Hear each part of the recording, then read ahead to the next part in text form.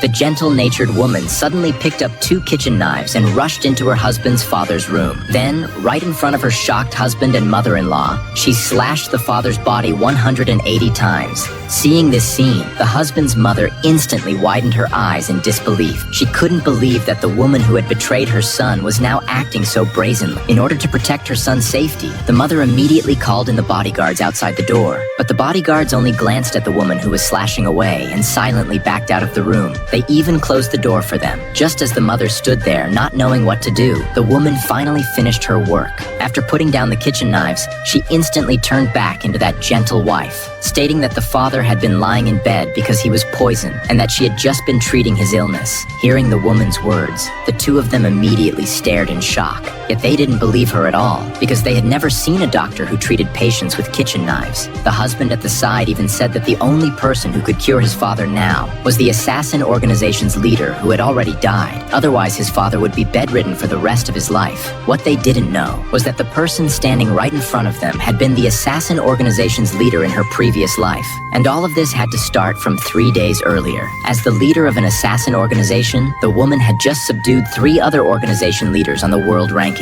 Just as she decided to celebrate with her subordinates, the very next second, she was stabbed straight in the heart by her student who betrayed her. Using the last of her strength, she killed the student behind her to avenge herself. The woman, who thought she was about to die, opened her eyes again and discovered that she was being molested by a man. This made the woman, who hadn't yet reacted, freeze in shock on the spot. This was because the woman's original body had an extremely ugly scar on her face, and even her weight had reached 200 pounds. This caused every man who approached her to feel disgust toward her appearance, yet still have to respect her status. Just as the woman was feeling confused by this, a disabled yet handsome man suddenly rushed over beside her. Looking at the man's handsome face and perfect build, the woman once again fell into deep thought. But just as she was spacing out, a fragment of unfamiliar memories suddenly appeared in her mind. On the original owner's wedding day, her husband ran off to chase a 50-year-old woman, fleeing the wedding on the spot. To salvage her dignity, the original owner proposed to her husband's older brother. But after getting married, she began to despise her husband for being disabled. In order to be with her ex-boyfriend, she directly demanded that her husband transfer his shares.